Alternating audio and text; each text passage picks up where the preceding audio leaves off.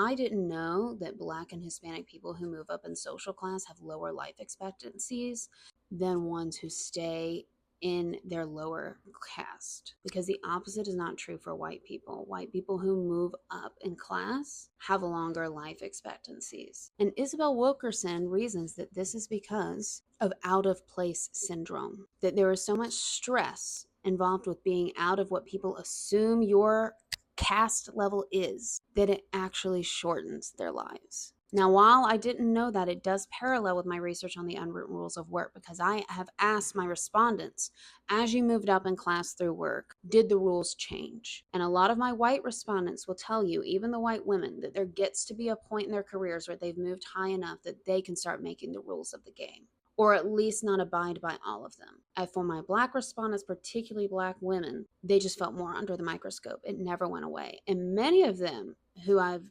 interviewed for this research ended up becoming entrepreneurs because there was just no path out in corporate America besides being their own boss. And what this tells us is that success does not eliminate caste distress. It can even amplify it in some cases. When we expect people to represent their entire group and we expect that group to only reach a certain level of success, we literally shorten their lives.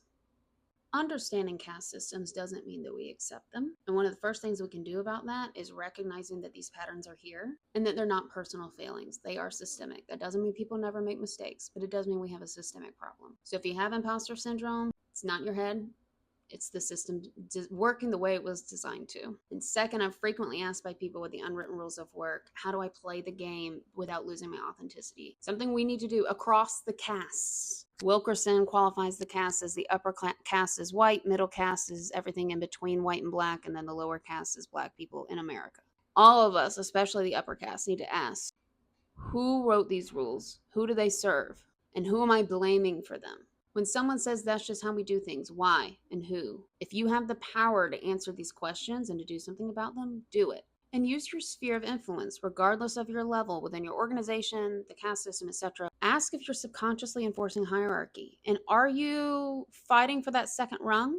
Are you stepping on your own or stepping on anyone, not just your own, to enforce a second rung? Are you questioning normal or reinforcing it? Overall,